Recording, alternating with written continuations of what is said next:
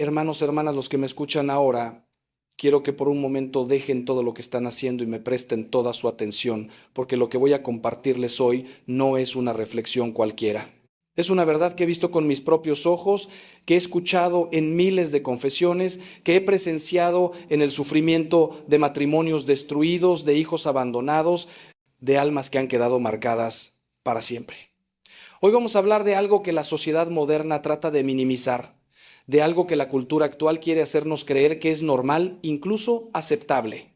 Pero yo les digo, con toda la autoridad que me da la palabra de Dios y la experiencia de años en el ministerio, que la infidelidad no es simplemente un error, no es solo una equivocación pasajera. La infidelidad es una maldición que desencadena la justicia divina de maneras que muchos no pueden ni imaginar.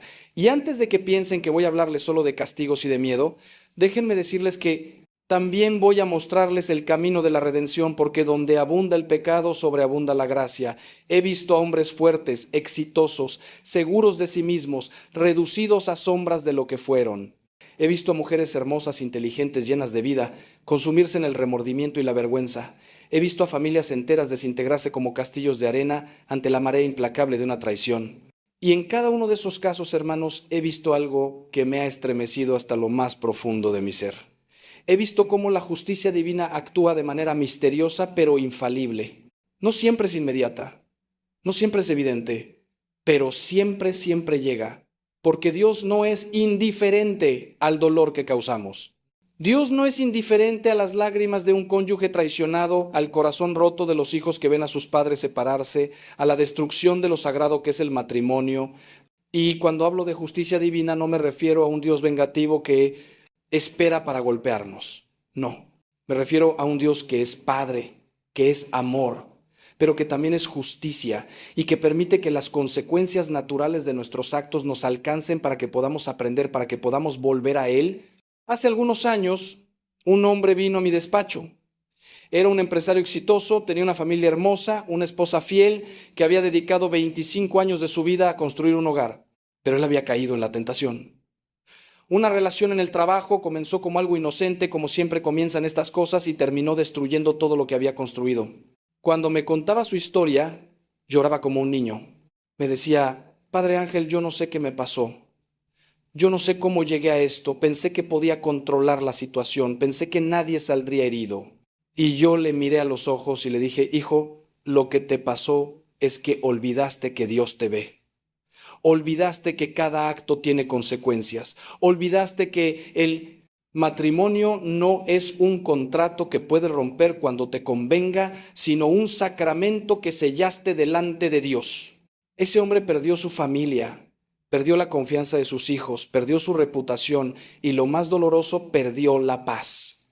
Porque cuando traicionas a quien te ha dado su confianza, cuando rompes la alianza más sagrada que existe entre dos seres humanos, la paz se va de tu vida y no regresa fácilmente. La infidelidad, hermanos, no es solo un acto físico, es una traición del alma. Es una mentira que se repite día tras día.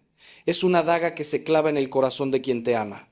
Y lo más terrible es que muchos la justifican. Dicen: es que mi matrimonio ya no funcionaba. Dicen: es que ya no sentía amor. Dicen: es que encontré a alguien que me entiende. Pero yo les pregunto, ¿desde cuándo nuestros sentimientos son la medida de lo que está bien y lo que está mal? ¿Desde cuándo nuestros deseos son más importantes que nuestros compromisos? ¿Desde cuándo nuestra búsqueda de felicidad justifica destruir la felicidad de otros? La cultura moderna nos ha vendido una mentira peligrosa, que la felicidad es el fin último de la vida, que tenemos derecho a perseguir nuestros deseos sin importar a quién lastimemos en el camino. Pero Cristo nos enseñó algo muy diferente. Cristo nos enseñó que la vida no se trata de buscar nuestra felicidad, sino de entregarnos por amor, de cargar nuestra cruz, de morir a nosotros mismos para que otros puedan vivir. Hoy quiero que entendamos juntos cómo actúa la justicia divina en el caso de la infidelidad. Quiero que veamos las consecuencias reales, concretas, que he presenciado una y otra vez en mi ministerio. Pero también quiero que veamos la esperanza, porque incluso en el pecado más oscuro, incluso en la traición más dolorosa, Dios ofrece un camino de vuelta. Así que les pido que me acompañen en este recorrido, que abran su corazón, que se dejen tocar por la verdad, aunque duela, porque solo la verdad nos hace libres y solo cuando enfrentamos nuestros pecados con honestidad podemos encontrar la sanación que tanto necesitamos. Cuando hablamos de justicia divina, hermanos, debemos entender primero qué es lo que Dios considera como el plan original para el matrimonio. Desde el principio, desde el Génesis, Dios diseñó el matrimonio como una unión indisoluble. Por eso dejará el hombre a su padre y a su madre y se unirá a su mujer y serán los dos una sola carne. Una sola carne. No dos personas que viven juntas mientras les convenga. No dos individuos que mantienen su independencia total. Una sola carne. Esto significa que cuando dos personas se unen en matrimonio, se forma algo nuevo, algo sagrado, algo que va más allá de lo que cada uno es individualmente. Es como cuando mezclas dos colores y creas uno nuevo. Ya no puedes separarlos completamente sin destruir lo que se creó. Esta unión no es simplemente una construcción social o cultural, es un sacramento, es decir, un signo visible de una realidad invisible. El matrimonio es la imagen del amor de Cristo por su iglesia. San Pablo lo dice claramente en la carta a los Efesios: este misterio es grande y yo lo refiero a Cristo y a la iglesia. Cuando un hombre y una mujer se casan en la iglesia, no están simplemente firmando un documento legal o haciendo una fiesta bonita.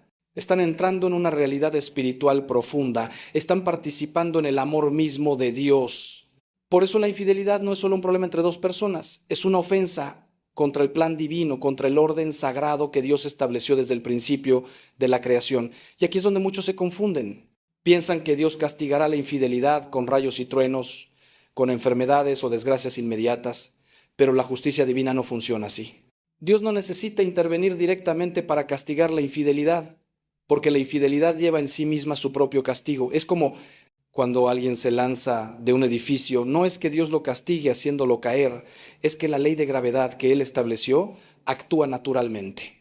Del mismo modo, cuando rompemos las leyes morales que Dios inscribió en nuestro corazón y en el orden de la creación, las consecuencias vienen naturalmente.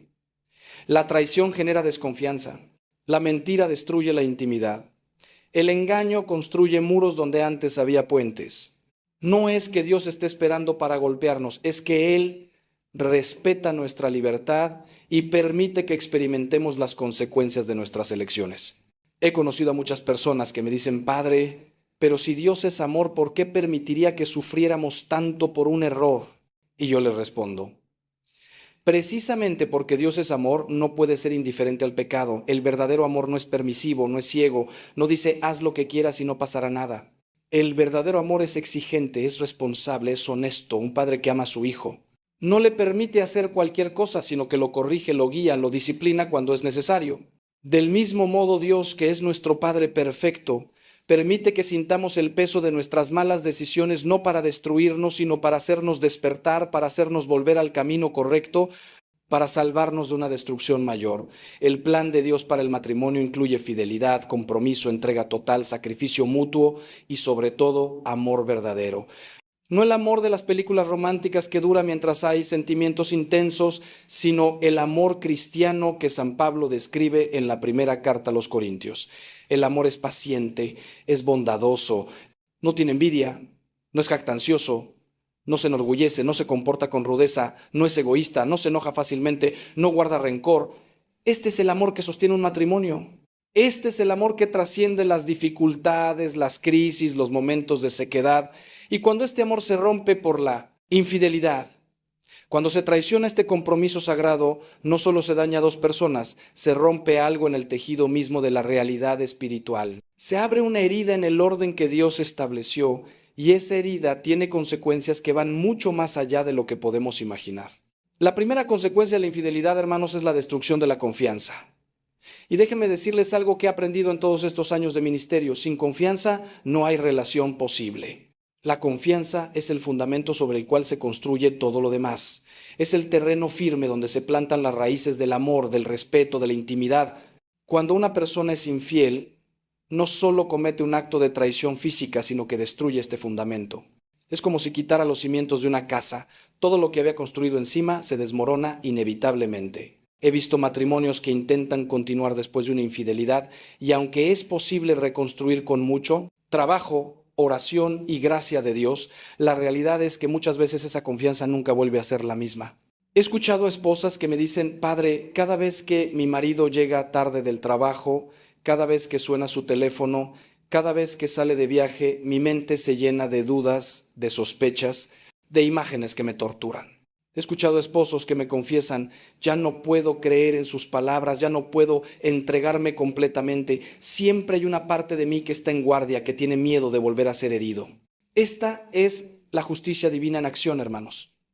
No es que Dios esté castigando directamente, sino que permite que experimentemos las consecuencias naturales de romper algo sagrado. La confianza es como un espejo finísimo, hermosamente pulido. Cuando se rompe, aunque lo pegues con el mejor pegamento del mundo, las grietas siempre se verán. Siempre habrá líneas que recuerden la ruptura, que distorsionen la imagen que antes era perfecta.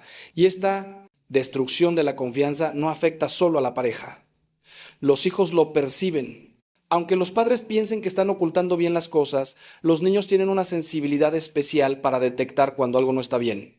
He visto niños que desarrollan ansiedad, inseguridad, problemas de conducta, precisamente porque en su hogar se respira un ambiente de desconfianza y tensión. Los hijos aprenden sobre el amor, sobre las relaciones, sobre el compromiso, observando a sus padres. Y cuando ven que papá o mamá traicionó la confianza del otro, aunque no entiendan completamente lo que sucedió, algo se quiebra en su manera de ver el mundo. Aprenden que las promesas se pueden romper, que los compromisos no son para siempre, que la persona que dice amarte puede traicionarte en cualquier momento. ¿Se dan cuenta de la gravedad de esto? ¿Entienden por qué hablo de maldición? Porque las consecuencias de la infidelidad trascienden a la pareja y afectan a generaciones enteras. Pero hay algo aún más profundo que quiero que entiendan. La infidelidad no solo destruye la confianza hacia el otro, sino que también destruye la confianza en uno mismo. He conocido a personas infieles que me dicen, padre, yo no me reconozco, yo nunca pensé que sería capaz de hacer algo así. Yo siempre me consideré una persona de principios, una persona honesta, y ahora me veo en el espejo y no sé quién soy. Cuando traicionas tus propios valores, cuando actúas en contra de lo que sabes que está bien, algo se rompe en tu interior. Empiezas a dudar de tu propia capacidad de ser fiel, de ser consistente, de ser la persona que quieres ser. Y esta pérdida de confianza en uno mismo es devastadora porque afecta a todas las áreas de tu vida.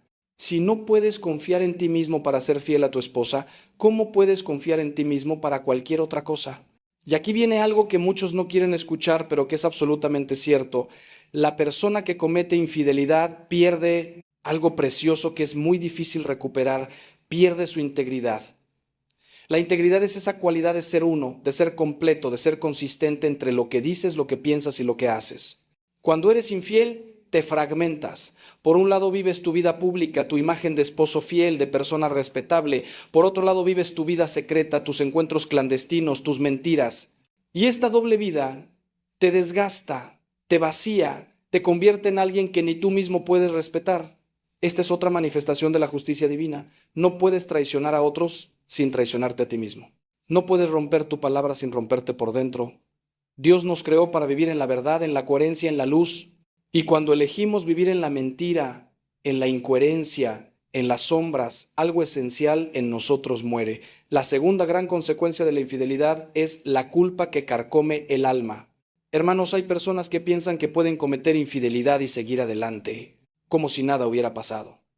Creen que si su cónyuge no se entera, no habrá consecuencias. Pero les aseguro que esto es una ilusión. La culpa existe porque Dios inscribió su ley en nuestro corazón.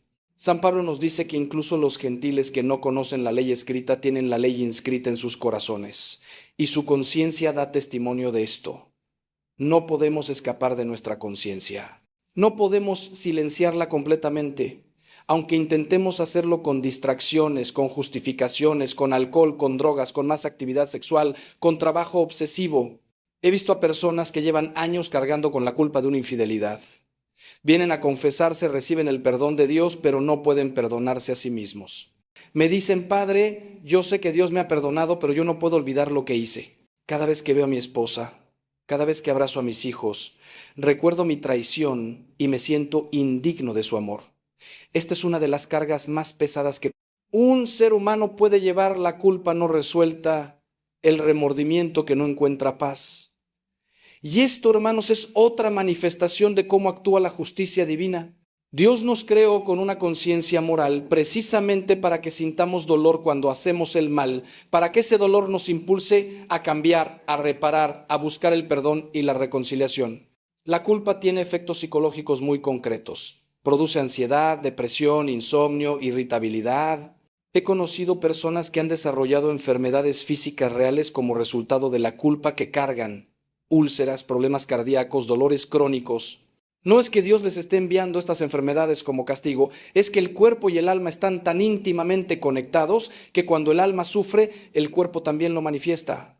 Los salmos están llenos de referencias a esto. El salmista dice: mientras callé, se envejecieron mis huesos en mi gemir todo el día, porque de día y de noche se agravó sobre a mí tu mano, se volvió mi verdor en sequedades de verano. David experimentó físicamente el peso de su culpa por el adulterio con Betsabé y el asesinato de Urías. Su cuerpo se deterioró hasta que finalmente confesó su pecado. Pero aquí es donde debemos entender algo crucial sobre la justicia divina. Dios no quiere que nos quedemos atrapados en la culpa eternamente.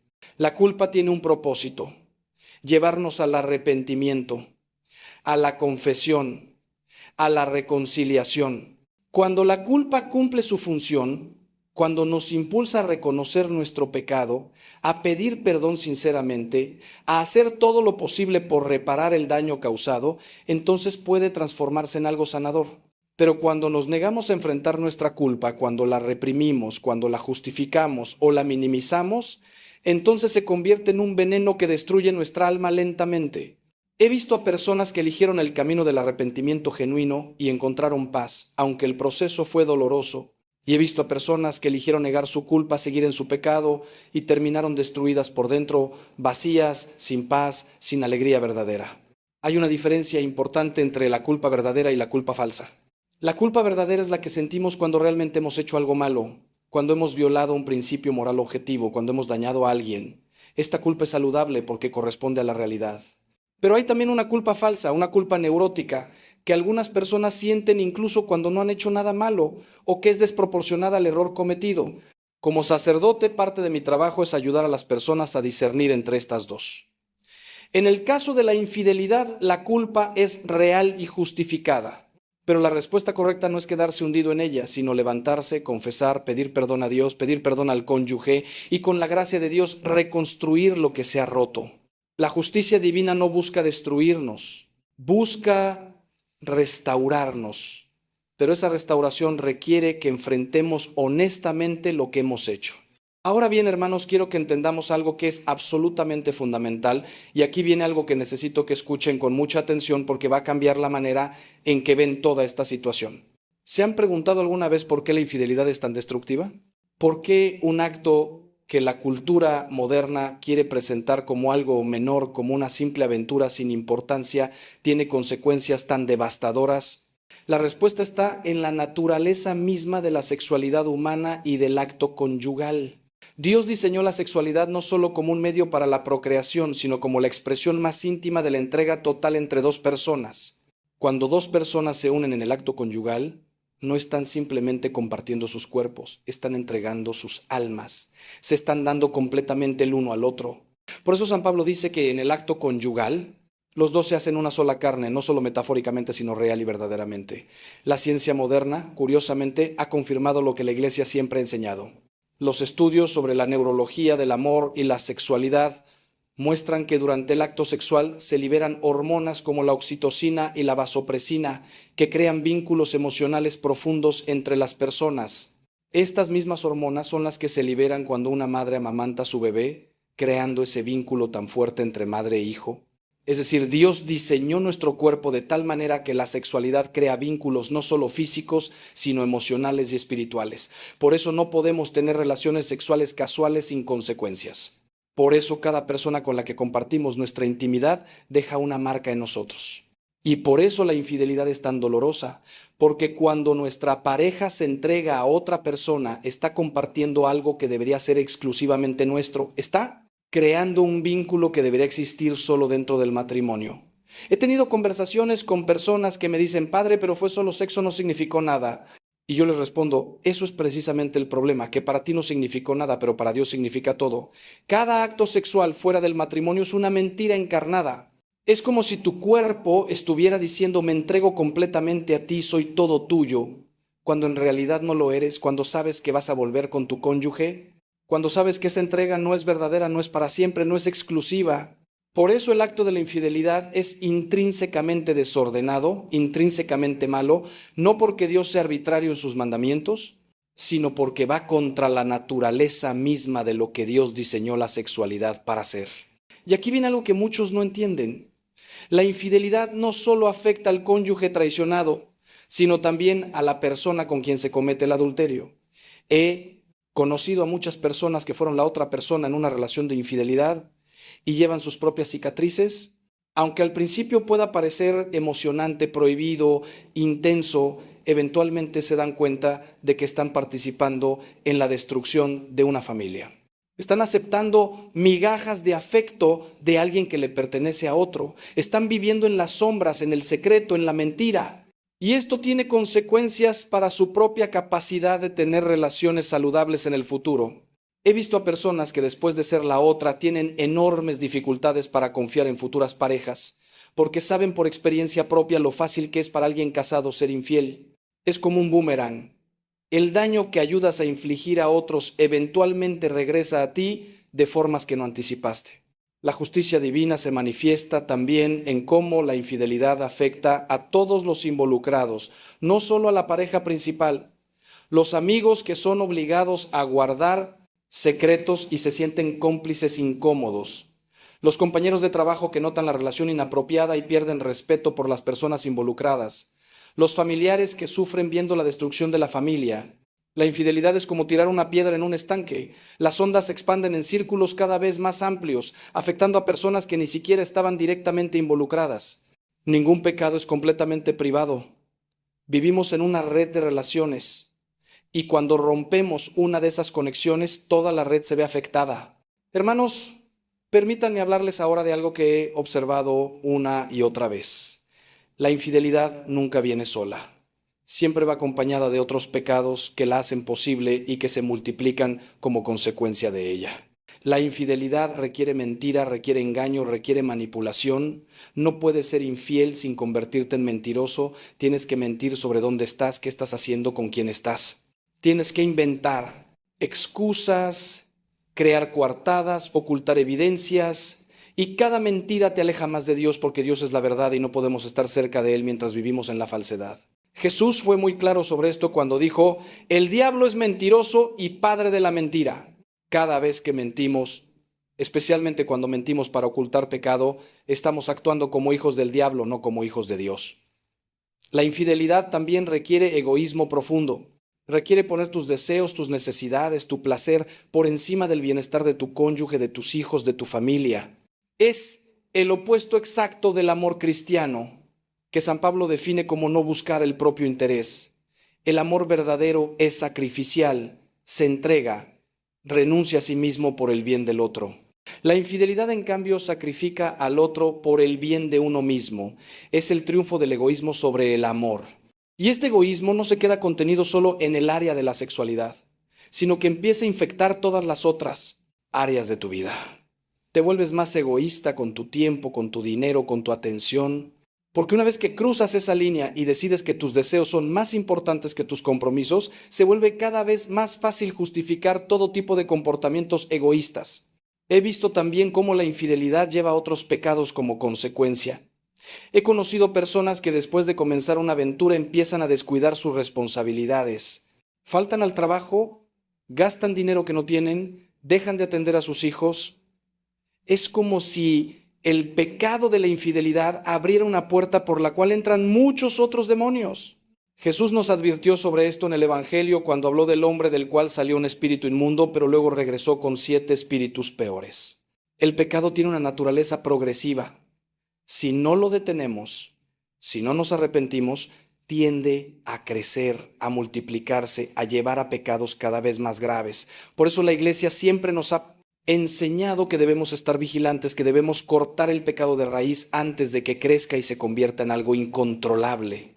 Y aquí viene algo que es tremendamente importante y que debemos entender si queremos realmente comprender cómo actúa la justicia divina.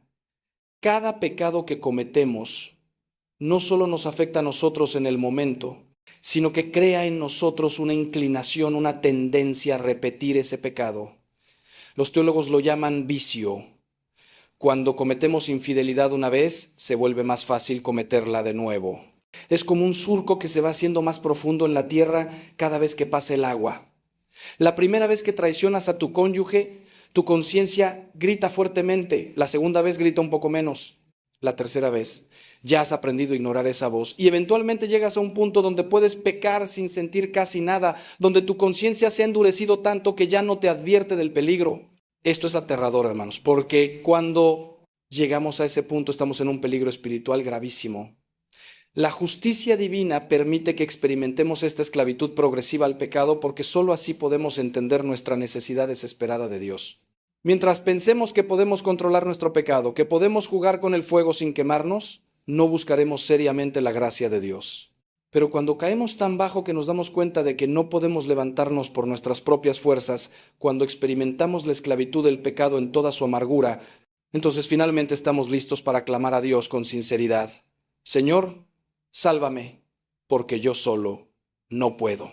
Y es precisamente en ese punto de quiebra, en ese punto de rendición total, donde la gracia de Dios puede entrar con toda su fuerza y comenzar la verdadera sanación. Ahora, hermanos, quiero que reflexionemos juntos sobre algo que es absolutamente crucial y que cambiará completamente su perspectiva sobre este tema. Muchas personas me preguntan: Padre Ángel, ¿por qué Dios permite que suframos tanto cuando somos traicionados? Si Dios es bueno, ¿por qué no impide que nuestro cónyuge nos sea infiel? Esta pregunta revela una incomprensión profunda sobre cómo funciona el amor de Dios y la libertad humana. Verán, Dios nos creó libres. La libertad no es solo una característica accidental del ser humano, es algo esencial a nuestra dignidad. Dios quería tener una relación de amor con nosotros, y el amor verdadero solo es posible entre seres libres. Si Dios nos hubiera creado como robots programados para obedecerle siempre, podríamos ser perfectamente obedientes, pero no podríamos amarlo verdaderamente, porque el amor requiere elección. Esta libertad que Dios nos dio incluye la terrible posibilidad de elegir el mal, incluye la posibilidad de rechazar a Dios, de rechazar el amor, de hacer daño a otros. Dios no interviene para forzarnos a elegir siempre el bien, porque eso destruiría nuestra libertad y, con ella, nuestra capacidad de amar verdaderamente. Por eso Dios permite que algunas personas elijan la infidelidad, aunque esto cause un dolor inmenso. Permite que usemos nuestra libertad incluso para el mal, porque la alternativa sería convertirnos en marionetas sin voluntad propia. Esta es una de las verdades más difíciles de aceptar, pero es fundamental para entender el plan de Dios. Él valora tanto nuestra libertad que está dispuesto a permitir que suframos las consecuencias de las malas elecciones, tanto las nuestras como las de otros. Pero aquí viene algo hermoso: aunque Dios permite el sufrimiento que resulta de nuestra libertad mal usada, nunca nos abandona en ese sufrimiento. Él entra en nuestro dolor y lo transforma. Esta es la diferencia entre el Dios cristiano y cualquier otra concepción de divinidad. Nuestro Dios no se quedó en el cielo observando impasible nuestro sufrimiento.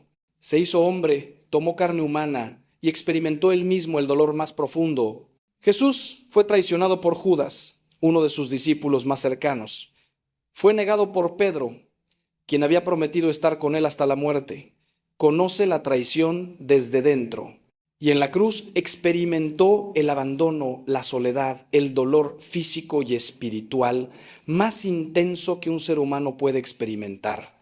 Por eso, cuando sufrimos por la traición de un cónyuge infiel, no estamos solos. Cristo está con nosotros en ese dolor y su presencia transforma ese sufrimiento en algo redentor. He visto milagros en personas que han sido traicionadas. He visto esposas que después de descubrir la infidelidad de su marido, en lugar de llenarse de amargura y venganza, eligieron el perdón. No un perdón barato, no un pasa nada, sino un perdón que reconoce la gravedad del daño, pero elige el amor por encima del resentimiento. Y he visto cómo ese perdón, esa decisión heroica de amar incluso cuando duele, no solo sanó a la persona que perdonó, sino que también transformó al cónyuge infiel. Porque el verdadero perdón tiene un poder transformador que es imposible de explicar solo en términos humanos. Es la gracia de Dios actuando a través de nosotros. Cuando perdonamos lo imperdonable, nos convertimos en instrumentos de la misericordia divina y esa misericordia puede derretir los corazones más endurecidos. Pero también he visto el camino contrario. He visto a personas que fueron traicionadas y eligieron la amargura. Eligieron alimentar su resentimiento, su dolor, su deseo de venganza. Y he visto cómo esa amargura los consumió desde dentro, los convirtió en personas duras, cínicas, incapaces de confiar, incapaces de amar de nuevo. Esta es otra manifestación de cómo actúa la justicia divina. Cuando nos negamos a perdonar, cuando nos aferramos a nuestro dolor y lo convertimos en una identidad, nos estamos castigando a nosotros mismos. El resentimiento es como tomar veneno esperando que el otro muera. La persona que no perdona sufre mucho más que la persona que no es perdonada.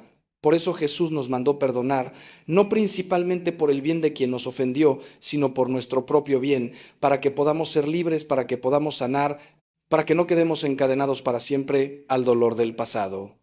Hermanos, quiero llevarlos ahora a un territorio que es aún más profundo. Necesito que entiendan que la infidelidad no es solo un problema de debilidad humana o de tentación externa. En muchos casos, detrás de la infidelidad hay una herida espiritual profunda, hay un vacío que la persona está tratando de llenar de manera equivocada. He conocido a hombres que fueron infieles porque estaban buscando afirmación, buscando sentirse deseados, sentirse jóvenes de nuevo. He conocido a mujeres que fueron infieles porque se sentían ignoradas, no valoradas, emocionalmente abandonadas en su matrimonio. No estoy justificando la infidelidad, nunca, pero sí estoy diciendo que si queremos entender realmente este problema, tenemos que ir más allá de la superficie. Tenemos que entender las raíces profundas de donde nace la tentación. En el fondo, toda infidelidad es un intento equivocado de satisfacer una necesidad legítima de manera ilegítima. Todos necesitamos amor, afirmación, intimidad, conexión. Estas son necesidades que Dios puso en nosotros.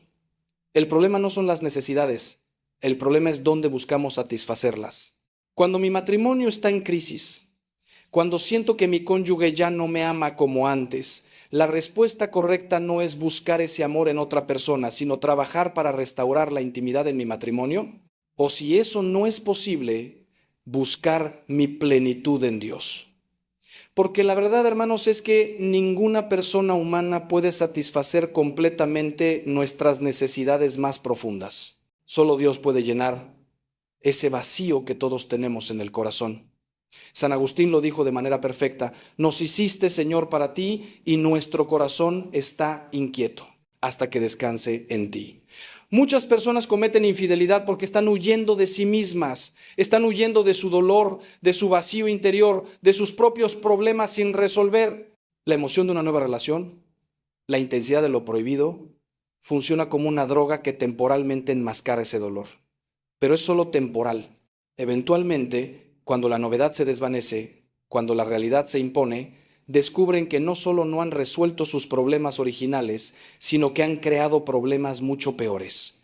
Es como alguien que tiene una herida infectada y en lugar de tratarla se pone una venda bonita encima. La venda puede ocultar la herida por un tiempo, pero la infección sigue creciendo debajo y eventualmente causará un daño mucho mayor. Por eso una de las cosas que siempre aconsejo a las parejas es que trabajen en su matrimonio constantemente, que no esperen a que haya una crisis para buscar ayuda, que cultiven su intimidad emocional y espiritual, no solo la física, que hablen sobre sus necesidades, sus miedos, sus frustraciones, que oren juntos, porque la pareja que ora junta permanece junta. Muchos matrimonios llegan a mi oficina cuando ya están al borde del abismo, cuando ya se ha cometido la infidelidad, cuando ya el daño es casi irreparable. Y aunque Dios puede hacer milagros incluso en las situaciones más desesperadas, es mucho mejor prevenir que curar. Es mucho mejor construir un matrimonio fuerte desde el principio. Un matrimonio donde ambos cónyuges se sientan amados, valorados, escuchados, donde la tentación de buscar fuera lo que deberían encontrar dentro sea mucho menor. Y aquí necesito decir algo que es controversial pero absolutamente verdadero. En muchos matrimonios donde ocurre infidelidad, aunque la responsabilidad del pecado recae completamente sobre quien fue infiel, a menudo hay problemas previos en la relación que crearon el contexto donde la tentación fue más fuerte. No estoy diciendo que el cónyuge traicionado tenga culpa de la infidelidad, nunca. Pero sí estoy diciendo que a veces hay negligencia emocional, falta de intimidad, problemas de comunicación no resueltos. que debilitan el matrimonio y lo hacen más vulnerable. Si queremos prevenir la infidelidad, no basta con decir no lo hagas porque es pecado. Tenemos que construir matrimonios sanos, donde ambos cónyuges encuentren satisfacción emocional, espiritual y física. Donde el amor se renueve constantemente, donde la amistad sea profunda, donde el respeto mutuo sea la norma. Este es el mejor antídoto contra la infidelidad. Hermanos, hemos llegado a un punto en esta reflexión donde necesito que escuchen con toda atención lo que voy a decirles ahora, porque esto podría ser lo más importante de todo lo que hemos hablado hasta el momento. La justicia divina no es solo punitiva, no es solo castigo. La justicia de Dios siempre está al servicio de su amor. Siempre busca la restauración, la sanación, la redención. Cada consecuencia dolorosa que experimentamos por nuestro pecado tiene un propósito: despertarnos, hacernos volver a Dios, llevarnos al arrepentimiento verdadero. Dios nunca nos castiga por resentimiento o venganza. Nos disciplina como un padre amoroso disciplina a su hijo, no porque disfrute verlo sufrir, sino porque lo ama demasiado como para dejarlo destruirse a sí mismo.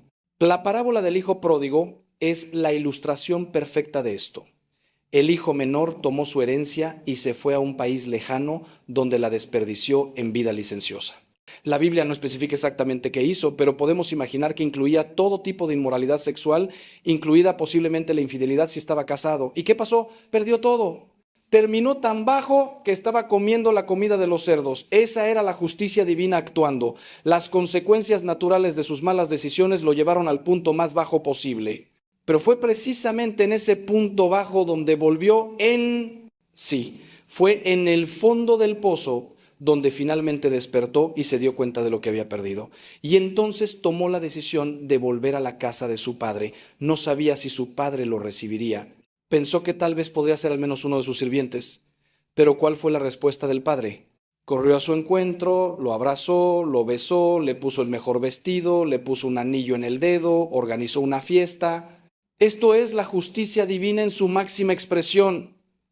Es estricta con el pecado, pero infinitamente misericordiosa con el pecador arrepentido. He visto esta parábola hacerse realidad innumerables veces en mi ministerio. He visto a personas que tocaron fondo debido a su infidelidad. Perdieron su familia, su reputación, su paz, pero en ese punto más bajo finalmente se volvieron a Dios. Vinieron a confesarse con verdadero arrepentimiento, no solo porque les habían descubierto, no solo porque estaban sufriendo las consecuencias, sino porque finalmente entendieron la gravedad de su pecado y cómo habían ofendido a Dios y dañado a personas inocentes. Y cuando ese arrepentimiento es verdadero, cuando hay un corazón verdaderamente contrito, he visto los milagros más hermosos. He visto matrimonios que parecían completamente destruidos ser restaurados. He visto a cónyuges traicionados encontrar en su corazón la capacidad de perdonar lo que parecía imperdonable. He visto a personas infieles transformarse completamente, convertirse en esposos y esposas ejemplares, precisamente porque la experiencia de caer tan bajo y ser perdonados los transformó profundamente. Pero aquí está el detalle crucial que no podemos ignorar. La restauración solo es posible cuando hay verdadero arrepentimiento. No basta con sentir lástima de uno mismo, no basta con lamentar las consecuencias de lo que hiciste. El verdadero arrepentimiento implica reconocer que lo que hiciste fue objetivamente malo, que ofendiste a Dios, que dañaste a personas inocentes y que mereces las consecuencias que estás experimentando. Implica hacer propósito de enmienda, es decir, tomar la firme decisión de no volver a cometer ese pecado jamás. Implica estar dispuesto a hacer todo lo que sea necesario para reparar el daño causado, aunque sea difícil, aunque sea humillante, aunque tome años. Implica romper completamente con la situación de pecado, terminar toda comunicación con la persona con quien fuiste infiel, hacer los cambios necesarios en tu vida para evitar futuras tentaciones. Y la cosa más hermosa, hermanos, es que cuando alguien pasa por este proceso de verdadero arrepentimiento y restauración, a menudo sale más fuerte que antes. No digo esto para minimizar la gravedad del pecado o para sugerir que valía la pena pecar, nunca. Pero sí digo que Dios es tan grande, tan poderoso, tan misericordioso, que puede tomar incluso nuestros peores errores y transformarlos en oportunidades de gracia. San Pablo dice que donde abundó el pecado, sobreabundó la gracia. Esto no significa que debamos pecar para que abunde la gracia, como algunos malinterpretaron sus palabras. Significa que no hay pecado tan grande que la gracia de Dios no pueda superarlo. Significa que incluso el pecado más oscuro puede convertirse, a través del arrepentimiento y la misericordia divina, en un testimonio del poder transformador de Dios. Ahora bien, hermanos, debemos hablar de algo que es extremadamente doloroso, pero absolutamente necesario de entender. No todos los matrimonios sobreviven a la infidelidad. A veces, a pesar del arrepentimiento del cónyuge infiel, a pesar del deseo de perdonar del cónyuge traicionado, el daño es tan profundo que la relación no puede ser restaurada. Y aquí es donde muchas personas se confunden sobre lo que Dios espera de nosotros. Algunas personas piensan que si eres verdaderamente cristiano, debes permanecer en el matrimonio sin importar que, incluso si tu cónyuge continúa siendo infiel, incluso si no, hay arrepentimiento genuino, incluso si está siendo emocionalmente destruido. Pero esto no es lo que la iglesia enseña y no es lo que Dios quiere para ti. La iglesia, en su sabiduría, reconoce que aunque el matrimonio es indisoluble en su esencia sacramental, hay situaciones donde la convivencia se vuelve imposible o incluso dañina. Por eso se permite la separación física de los cónyuges en casos graves. La infidelidad continua y sin arrepentimiento ciertamente califica como un caso grave. Si tu cónyuge está teniendo una aventura tras otra, si se niega a terminar la relación extramarital, si no muestra ningún arrepentimiento genuino, no estás obligado a permanecer en esa situación. Puedes y debes protegerte a ti mismo y a tus hijos del daño continuo. Esto no significa que puedas volver a casarte mientras tu cónyuge viva, porque el vínculo sacramental permanece, pero sí significa que puedes separarte físicamente y reconstruir tu vida en otros aspectos. He aconsejado a muchas personas en esta dolorosa situación. Es uno de los momentos más difíciles del ministerio sacerdotal porque no hay respuestas fáciles, no hay soluciones que no impliquen sufrimiento. Pero lo que siempre trato de ayudar a las personas a entender es que Dios no nos pide que seamos tontos, que seamos felpudos sobre los cuales otros limpian sus pies. El perdón no significa permitir que te sigan lastimando. El perdón puede coexistir con límites saludables. Puedes perdonar a tu cónyuge infiel en tu corazón, liberarte del veneno de la amargura y al mismo tiempo reconocer que no puedes vivir con una persona que continúa traicionándote, mintiendo, mostrando completo desprecio por tus sentimientos y por los votos matrimoniales. Y aquí viene algo que es muy importante. Si te encuentras en esta situación, si tu matrimonio terminó debido a la infidelidad de tu cónyuge, aunque tú permaneciste fiel, no has fracasado ante Dios. No eres un cristiano de segunda clase. No debes sentir vergüenza. La vergüenza debe recaer sobre quien rompió los votos, no sobre quien los mantuvo. Dios ve tu sufrimiento, ve tu fidelidad en medio del abandono, ve las lágrimas que has llorado en la soledad de tu habitación. Y aunque tu matrimonio terrenal haya terminado, tu relación con Dios permanece intacta. De hecho, a menudo es en estas situaciones de abandono y traición donde las personas desarrollan una relación más profunda con Dios porque descubren que solo Él es verdaderamente fiel, solo Él nunca nos abandona, solo Él puede llenar el vacío que queda cuando un ser humano nos falla. He visto a personas divorciadas, no por su culpa, sino por la infidelidad de su cónyuge, que después de pasar por el doloroso proceso de sanación se convierten en testimonios poderosos de la fidelidad de Dios. Algunas permanecen solteras y encuentran plenitud en su relación con Dios y en el servicio a otros. Otras, si la iglesia determina que su primer matrimonio no fue válido sacramentalmente, pueden obtener una declaración de nulidad y casarse de nuevo. Pero independientemente de lo que suceda externamente, lo que es universalmente cierto es que Dios puede traer sanación, puede restaurar la capacidad de confiar, puede llenar el corazón con paz incluso en medio del dolor. La justicia divina no deja sin recompensa a quien permanece fiel. Aunque la recompensa no siempre viene en la forma o el tiempo que esperamos, eventualmente si permanecemos fieles a Dios, experimentaremos su bondad, su consuelo, su restauración. Hermanos, quiero llevarlos ahora a considerar un aspecto de la infidelidad que rara vez se discute, pero que es absolutamente crucial: el impacto generacional. Los pecados de los padres, dice la Escritura, se visitan en los hijos hasta la tercera y cuarta generación.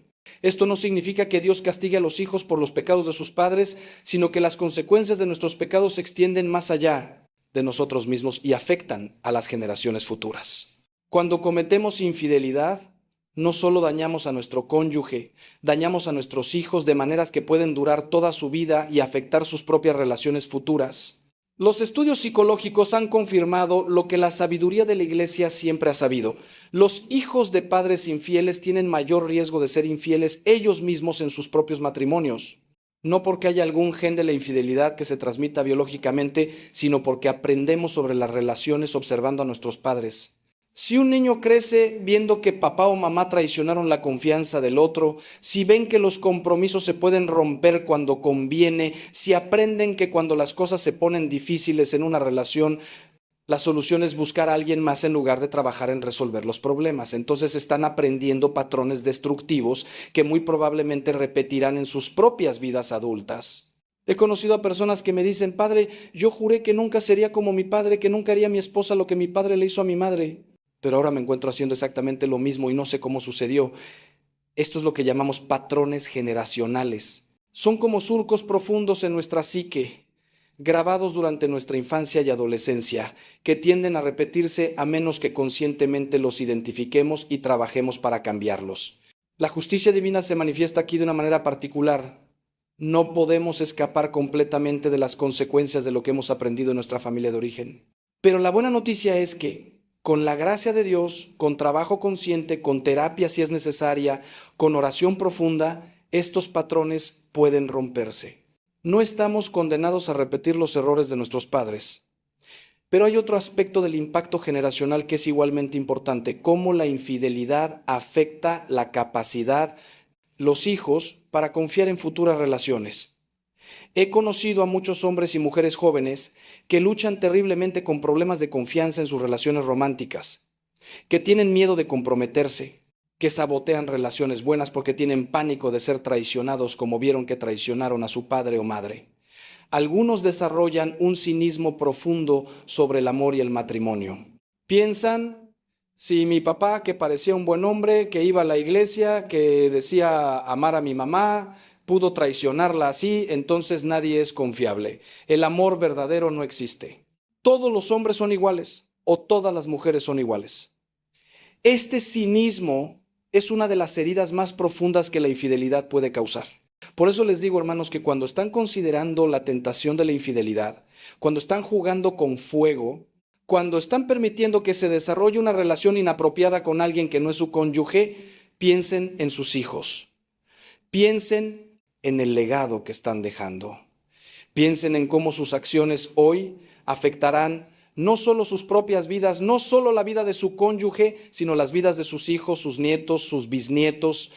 ¿Vale la pena un momento de placer, una emoción pasajera, destruir el legado espiritual que podrían dejar a sus descendientes?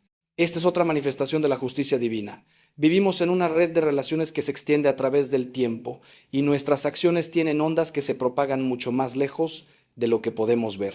Pero también cuando elegimos la fidelidad, cuando elegimos el amor verdadero, cuando elegimos honrar nuestros votos, incluso cuando es difícil, también estamos dejando un legado hermoso para las generaciones futuras. Ahora, hermanos, quiero hablarles de algo que he observado en mi ministerio y que creo que es fundamental para entender completamente cómo actúa la justicia divina en el caso de la infidelidad: la pérdida de la paz interior. Esta es quizás la consecuencia más inmediata y más dolorosa de la infidelidad. La paz es uno de los regalos más preciosos de Dios. Jesús dijo a sus discípulos: la paz les dejo, mi paz les doy, no se la doy como la da el mundo. La paz de Dios no depende de circunstancias externas. Puedes tener paz incluso en medio de dificultades, incluso en medio del sufrimiento, si estás en gracia con Dios, si tu conciencia está limpia, si sabes que estás haciendo lo correcto. Pero esta paz se evapora completamente cuando vivimos en pecado mortal, cuando traicionamos a quien nos ama, cuando vivimos una doble vida. He visto a personas que externamente parecen tener todo: éxito, belleza, dinero, una relación emocionante y prohibida, pero cuando hablas con ellas en privado, descubres que están destrozadas por dentro.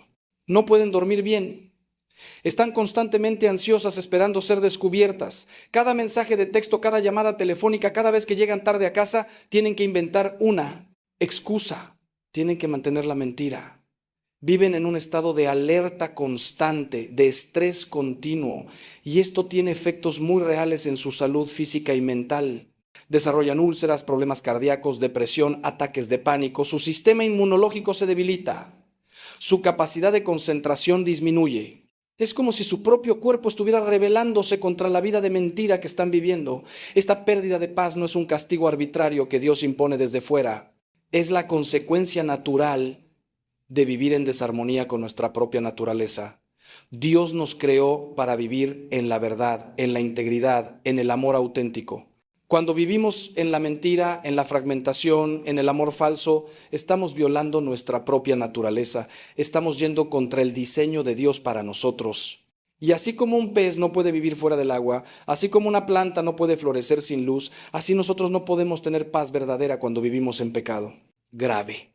Podemos tener momentos de placer, podemos tener emociones intensas, podemos tener satisfacción temporal, pero la paz profunda, esa serenidad del alma que solo Dios puede dar, esa se va completamente. He tenido personas que me confiesan que a veces, en medio de su aventura, tienen momentos de claridad donde se ven a sí mismas como realmente son. Se ven mintiendo a su cónyuge, engañando a sus hijos, traicionando sus propios valores. Y en esos momentos se sienten profundamente asqueadas de sí mismas. Me dicen, padre, yo no me reconozco. Cuando me miro en el espejo no sé quién es esa persona que me devuelve la mirada. Esta desconexión entre quienes realmente somos y quienes estamos actuando ser es profundamente angustiante. Los psicólogos lo llaman disonancia cognitiva. Los espirituales lo llamamos pecado.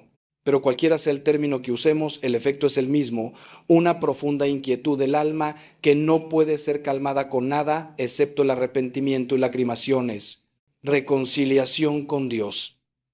Y aquí viene algo que es tanto aterrador como esperanzador. Mientras tengamos esta inquietud, mientras todavía nos sintamos mal por lo que estamos haciendo, hay esperanza.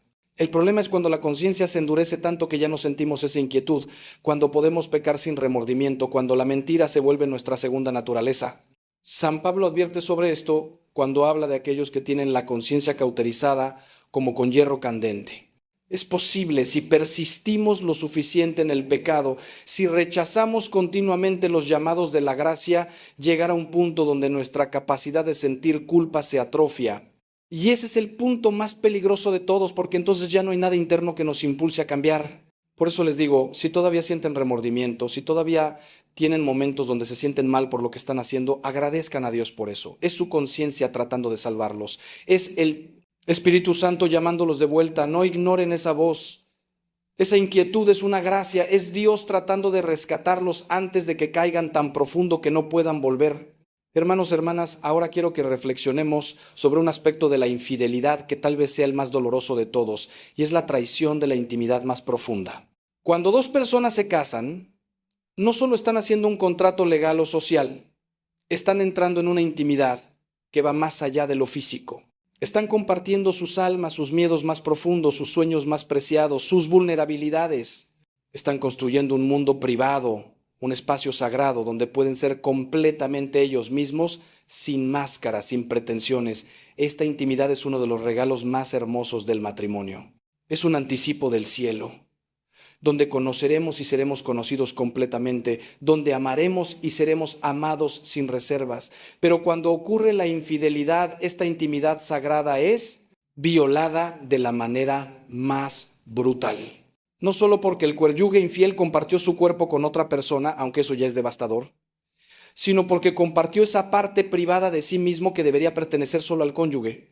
Compartió bromas privadas, momentos íntimos, tal vez incluso habló de problemas matrimoniales con la otra persona, y la persona traicionada descubre que su espacio sagrado, su lugar seguro, ha sido invadido, profanado.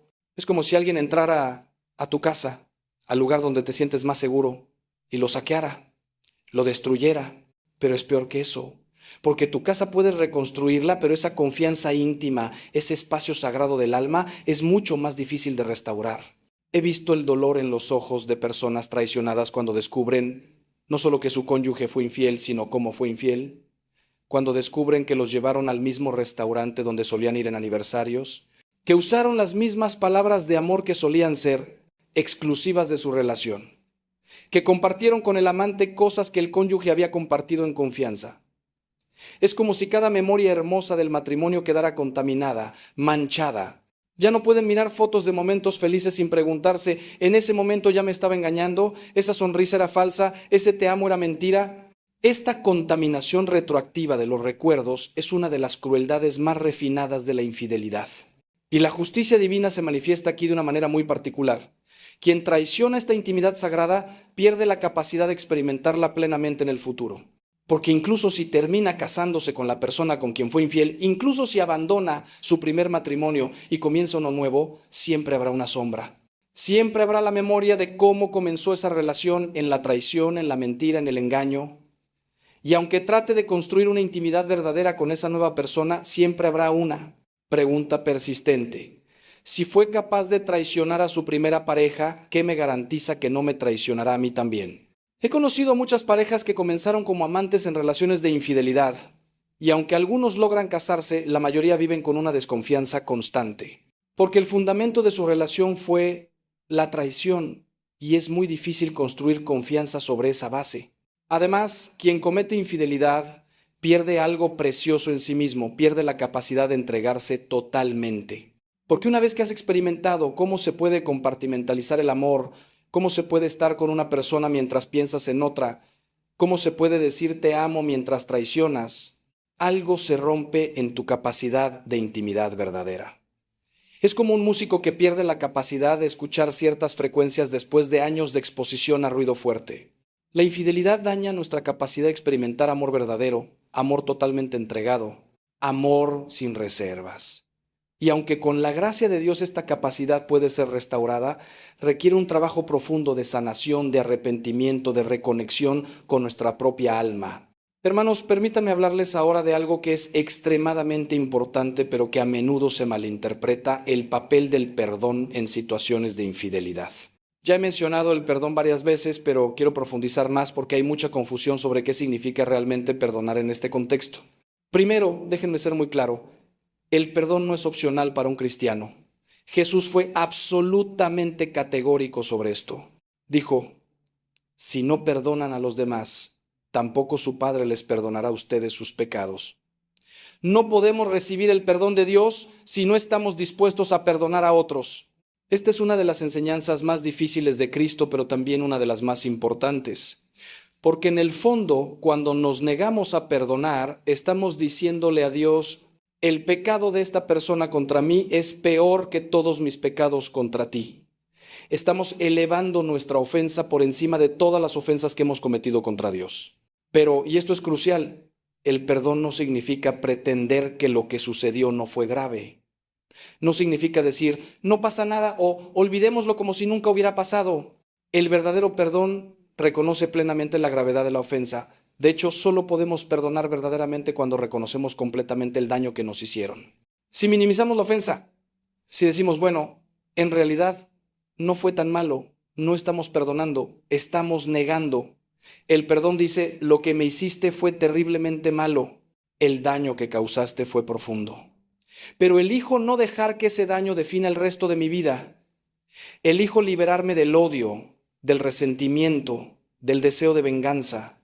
Entrego esta situación a Dios y confío en su justicia. El perdón tampoco significa necesariamente reconciliación. La reconciliación requiere dos personas, una que pide perdón sinceramente y otra que lo otorga. Pero puedes perdonar unilateralmente, incluso si la otra persona nunca se arrepiente, nunca pide perdón, nunca reconoce lo que hizo. Puedes perdonar en tu corazón y entregárselo a Dios, no por el bien de la otra persona, sino por tu propio bien para que puedas ser libre. Santa María Goretti, cuando estaba muriendo después de ser apuñalada por un hombre que intentó violarla, perdonó a su atacante. No porque lo que él hizo fuera excusable, no porque ella tuviera que reconciliarse con él, sino porque ella quería morir en paz con Dios sin amargura en su corazón. Y ese perdón eventualmente transformó a su atacante, quien después de años en prisión se arrepintió profundamente. He aconsejado a muchas personas que luchan con el perdón después de ser traicionadas. Y lo que siempre les digo es que el perdón es un proceso, no un evento único. No es que un día decidas perdonar y al día siguiente ya no sientes ningún dolor o enojo. El perdón profundo toma tiempo. Puede requerir que perdones la misma ofensa muchas veces. Cada vez que el recuerdo vuelve y sientes la rabia surgir de nuevo, tienes que elegir conscientemente perdonar otra vez. Es como pelar una cebolla, capa tras capa. Pero cada vez que eliges el perdón sobre el resentimiento, te vuelves un poco más libre, un poco más sanado, y eventualmente, aunque el recuerdo permanezca, el aguijón emocional disminuye. Ya no tiene poder sobre ti. Y aquí viene algo hermoso. Cuando perdonamos verdaderamente, nos convertimos en canales de la misericordia de Dios. Permitimos que el amor de Dios fluya a través de nosotros hacia la persona que nos dañó. Y en ese proceso, algo milagroso sucede. Nosotros mismos somos sanados y transformados. Porque el perdón nos libera de la prisión del resentimiento, rompe las cadenas que nos ataban a nuestro ofensor, nos permite seguir adelante con nuestras vidas. Esta es una de las verdades más profundas del cristianismo, que en el acto de dar, recibimos.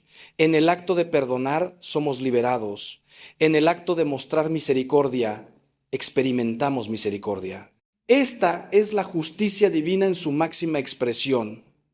No una justicia que busca el castigo por el castigo, sino una justicia que busca la restauración, la sanación, la redención de todos los involucrados. Hermanos y hermanas, cuando pienso en todo el sufrimiento que la infidelidad causa, cuando recuerdo todas las lágrimas que he visto derramar, todas las familias que he visto destruirse, todo el dolor que he presenciado, no puedo evitar preguntarme, ¿por qué? ¿Por qué Dios permite que esto suceda? ¿Por qué permite que el pecado tenga tanto poder destructivo? Y la respuesta, aunque difícil de aceptar, es que esto es el precio de la libertad. Dios nos ama tanto que nos dio el regalo más peligroso de todos, la libertad de elegir. Y con esa libertad viene la terrible posibilidad de elegir mal, de rechazar el amor, de causar daño. Si Dios nos hubiera creado sin libertad, no habría sufrimiento, pero tampoco habría amor verdadero. Seríamos robots, no hijos. Pero aquí está la belleza asombrosa del plan de Dios. Él no se quedó observando desde lejos nuestro sufrimiento, se involucró personalmente. Se hizo hombre en Jesucristo y experimentó él mismo el peor sufrimiento que un ser humano puede experimentar. Fue traicionado, abandonado, torturado, crucificado. Y en ese sufrimiento, en esa cruz, tomó sobre sí todo el pecado del mundo, toda la infidelidad, toda la traición, todo el dolor que causamos y el que experimentamos. Y mediante su muerte y resurrección abrió para nosotros un camino de redención. No importa qué tan profundo hayamos caído, no importa qué tan grave sea nuestro pecado, siempre hay un camino de vuelta. Siempre hay esperanza. Siempre hay la posibilidad de empezar de nuevo. Esta es la verdad que más quiero que se lleven de toda esta reflexión. La justicia divina siempre está en servicio del amor divino.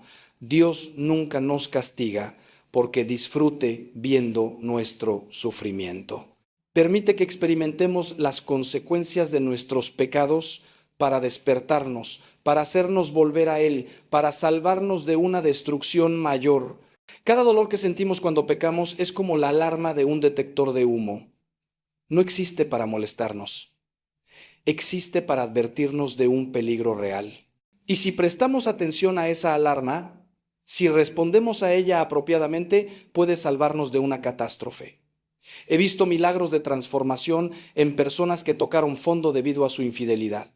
He visto a hombres orgullosos humillarse completamente y suplicar el perdón de su esposa. He visto a mujeres que habían perdido toda esperanza encontrar nuevamente el propósito y la alegría. He visto matrimonios que parecían completamente muertos resucitar más fuertes y más unidos que antes. He visto a hijos que presenciaron la destrucción de su familia, pero también presenciaron la sanación y aprendieron lecciones invaluables sobre el perdón, la gracia y el poder redentor del amor. No, el camino nunca es fácil. Siempre hay cicatrices, siempre hay recuerdos dolorosos, pero con Dios, incluso las cicatrices pueden convertirse en testimonios de su poder sanador. Y para aquellos que están sufriendo ahora mismo, para aquellos que han sido traicionados y están en lo más profundo del dolor, quiero decirles, no están solos, Jesús está con ustedes en ese sufrimiento. Él conoce íntimamente lo que es ser traicionado por alguien a quien amabas. Y aunque ahora el dolor sea tan intenso que sienten que no pueden soportarlo un día más, les prometo en el nombre de Cristo que si se aferran a Él, si confían en Él, si permiten que su gracia trabaje en ustedes, llegará el día cuando volverán a sonreír, cuando volverán a sentir paz, cuando volverán a tener esperanza, porque nuestro Dios es un Dios de restauración, un Dios de nuevos comienzos, un Dios que hace nuevas todas las cosas. Hermanos, hemos recorrido juntos un camino difícil en esta reflexión. Hemos mirado de frente la terrible realidad de la infidelidad y sus consecuencias. Pero ahora, mientras nos acercamos al final de nuestra charla, quiero hablarles de la esperanza. Porque el Evangelio, la buena noticia de Cristo, no es que nunca pecaremos, sino que cuando pecamos hay perdón. No es que nunca seremos heridos, sino que cuando somos heridos hay sanación. No es que nunca experimentaremos la justicia divina, sino que esa justicia siempre tiene como objetivo final nuestra redención. El mensaje central del cristianismo es que ningún pecado es tan grande que la misericordia de Dios no pueda cubrirlo. Ninguna herida es tan profunda que el amor de Dios no pueda sanarla. En el Evangelio de Juan leemos la historia de la mujer sorprendida en adulterio. Los fariseos la trajeron ante Jesús queriendo apedrearla según la ley de Moisés. Pero Jesús, después de escribir en la tierra, dijo: el que esté libre de pecado, que tire la primera piedra. Uno por uno, comenzando con los más viejos, todos se fueron. Y Jesús, quedando solo con la mujer, le preguntó: mujer, ¿dónde están los que te acusaban? ¿Ninguno te condenó? Ella respondió: ninguno, Señor. Y entonces Jesús pronunció esas palabras hermosas que resumen todo el Evangelio: yo tampoco te condeno, vete y no peques más. Aquí vemos la perfecta combinación de justicia y misericordia. Jesús no minimizó su pecado, no dijo: no pasa nada, el adulterio no es grave. Pero tampoco la condenó. Le ofreció perdón, le ofreció un nuevo comienzo, le ofreció la oportunidad de vivir de manera diferente. Esta es la actitud de Dios hacia cada uno de nosotros, sin importar lo que hayamos hecho. Si has sido infiel y estás cargando con la culpa, con el remordimiento, sintiendo que nunca podrás ser perdonado, escucha esto: Dios te ama. Incluso ahora, incluso después de lo que hiciste, Dios te ama y te está esperando. No para condenarte, sino para abrazarte, para limpiarte, para restaurarte. Pero tienes que venir a Él con un corazón arrepentido. Tienes que reconocer sinceramente lo que hiciste, confesar tu pecado, pedir perdón y hacer el firme propósito de no pecar más. No es suficiente sentir lástima de ti mismo o lamentar las consecuencias. Tienes que reconocer que ofendiste a Dios, que dañaste a personas inocentes y estar genuinamente arrepentido. Y si has sido traicionado, si estás sufriendo el dolor de la infidelidad de tu cónyuge, quiero que sepas que Dios ve cada una de tus lágrimas. Él recogerá cada una en su copa. Tu dolor no es en vano. Y aunque ahora sientas que tu mundo se ha derrumbado, aunque no puedas imaginar cómo podrás seguir adelante, confía en Dios. Él tiene un plan para ti, un plan de esperanza y de futuro. Tal vez ese plan incluya la restauración de tu matrimonio, o tal vez no. Tal vez incluya que aprendas a vivir de nuevo como persona soltera, encontrando tu plenitud en Dios y en el servicio a otros. Sea cual sea el camino que Dios tenga para ti, Él caminará contigo cada paso del camino. Y el dolor que estás experimentando ahora, si se lo entregas a Él, puede transformarse en una fuente de compasión y sabiduría que podrás usar para ayudar a otros que pasen por lo mismo. Para ambos, para quien pecó y para quien fue herido, el camino hacia adelante es el mismo. Es un camino que pasa por la cruz. Tenemos que llevar nuestra cruz como Jesús nos mandó. Pero la promesa es que al tercer día viene la resurrección. Después del Viernes Santo viene el Domingo de Pascua. Después de la muerte viene la vida nueva. Esta es la esperanza inquebrantable del cristianismo. No importa qué tan oscura sea la noche, siempre llega el amanecer. No importa qué tan frío sea el invierno, siempre llega la primavera. Y si permanecemos fieles a Dios, si nos aferramos a Él incluso cuando no entendemos, incluso cuando duele, Él nos llevará a través de este valle de lágrimas hacia la luz de su presencia. Mis queridos hermanos y hermanas, hemos llegado al final de esta larga reflexión. Sé que ha sido intenso, sé que ha sido difícil, pero espero que hayan entendido el mensaje central. La infidelidad es grave, tiene consecuencias devastadoras. La justicia divina actúa de maneras reales y concretas. Pero también hay esperanza, hay perdón, hay la posibilidad de redención y restauración. Les invito a que si están en medio de esta situación, ya sea como la persona infiel o como la persona traicionada, busquen ayuda. Vengan a hablar con un sacerdote, busquen consejería profesional, únanse a un grupo de apoyo. No tienen que pasar por esto solos. Y sobre todo, acérquense a Dios en oración. Háblenle con honestidad sobre su dolor, su confusión, su enojo, su miedo. Él puede manejarlo todo, Él quiere escucharlos, Él quiere sanarlos, ¿sí? este mensaje les ha tocado el corazón, si ha hablado a su situación, les pido que lo compartan con otros que puedan necesitarlo. Tal vez conozcan a alguien que está pasando por una situación de infidelidad y necesita escuchar estas palabras de esperanza. Tal vez conozcan a alguien que está al borde de cometer este pecado y necesita ser advertido sobre las consecuencias. Compartir este mensaje podría salvar un matrimonio, podría evitar un dolor terrible. Y si estos mensajes les están siendo de ayuda, si quieren seguir creciendo en su fe, les invito a que se suscriban a este canal, que compartan estos videos, que los hagan parte de su vida espiritual regular. Que Dios los bendiga abundantemente, que la Virgen María, modelo de fidelidad perfecta, interceda por todos nosotros. Que el Señor les dé la fuerza para permanecer fieles en sus compromisos, la sabiduría para tomar buenas decisiones, el valor para hacer lo correcto, incluso cuando es difícil, y si han caído, que les dé el valor para levantarse, confesar su pecado y comenzar de nuevo. Recuerden siempre que no hay pecado tan grande que el amor de Dios no pueda perdonar, no hay herida tan profunda que su gracia no pueda sanar. Vayan en paz. Y que la bendición de Dios Todopoderoso, Padre, Hijo y Espíritu Santo, descienda sobre ustedes y permanezca para siempre. Amén.